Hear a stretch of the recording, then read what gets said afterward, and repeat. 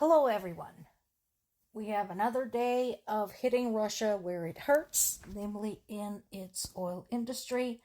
This time, drilling platforms in the Caspian Sea. So, Caspian Sea is interesting. It's strictly speaking not a sea, it is a lake. It is completely enclosed inland, it has no connection to the ocean. So, technically, a sea is only a sea if you can get from there to the ocean. But Caspian Sea is so big they couldn't bear to call it a lake. And it is salt water. So that particular area is very, very rich in oil. And we said many times that oil is the lifeblood of this war. It is what sustains Russian army, and it also what sustains Russian economy right now, because nothing else is going on. And even those who technically support Putin have been saying, we haven't reached a damn thing in the last 4 years.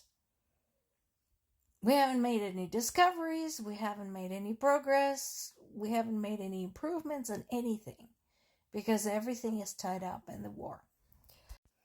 And so now we have confirmed strikes on 2 drilling platforms in the northern Caspian Sea. And that is seriously far away. This is from, let's see, the distance from the front line is 1,000 kilometers or 620 miles. Meanwhile, Ukraine is confirming that certain partners, it's not naming names yet, but certain partners, probably the US, had asked them not to hit Russia's oil industry. And my question is, what is the alternative? What else are we supposed to hit that will have an effect? We already know that the sanctions have had some effect in terms of Russia's access to essential components, various parts that they need for the repair of their military equipment. Okay, but that is slow.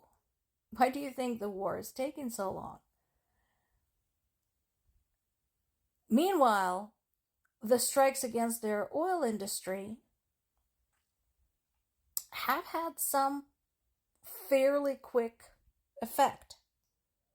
And instead of pressuring Ukraine, what those quote unquote partners should be doing is looking for ways to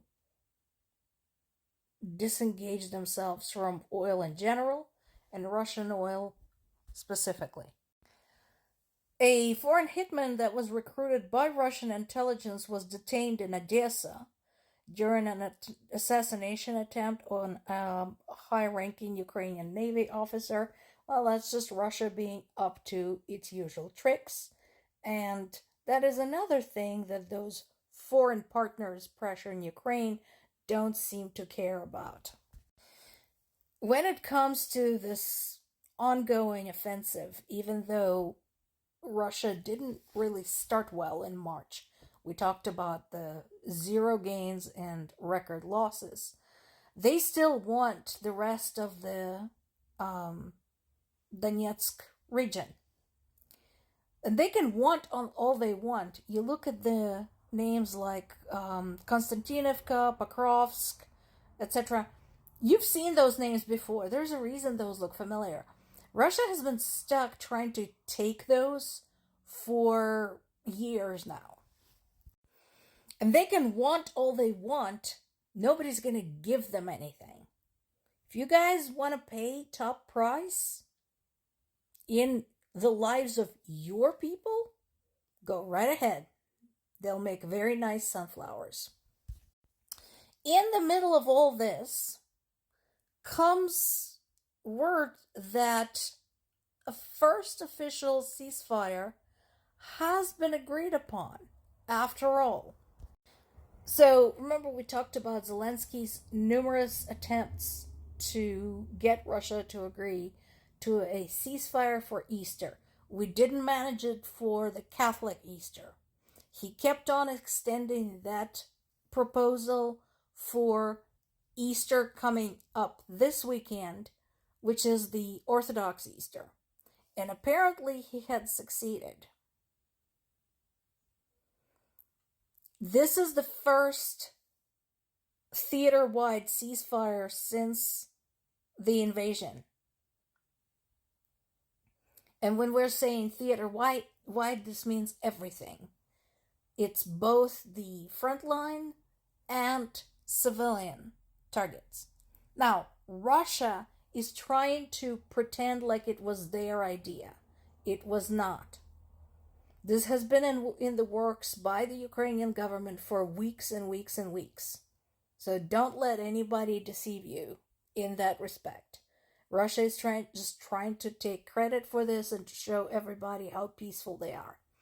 And Zelensky had suggested, if we manage to hold on to this ceasefire over the weekend, we don't have to restart. This could be a lasting ceasefire, but this is Russia we're talking about here, so I'll believe it when I see it. Personally, after everything that's been going on since 2014, which is annexation of Crimea, I have no great faith in Russia's ability to hold on to a ceasefire. Now, another party that will probably try to take credit for this is going to be Trump. Again, do not let him mislead you. This was achieved without the U.S. participation. The only thing that U.S. had to do was pass on a message, which they did. Much appreciated, but they had no part in this. This is not their initiative. The previous energy ceasefire we talked about that was negotiated by the U.S. was so poorly defined, it broke up within 24 hours. So, I want to make this very, very clear. All the evidence we have indicates that this was a Ukrainian initiative. As far as Russia's consideration of it, the reasons could be A, hurting from those strikes against the oil industry, and B, trying to regroup. So, again, not taking anything for granted here. Also, just because Russia agreed not to murder any civilians on Easter doesn't mean anybody else is safe. There's been recent observations of Russian submarines prowling around the undersea cables. So Britain and other allies, including Norway, sent warships to keep an eye on that.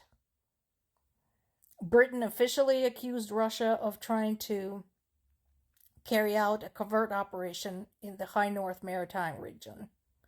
So, yeah, that is still going on, folks. And, of course, we still have the election in Hungary to worry about.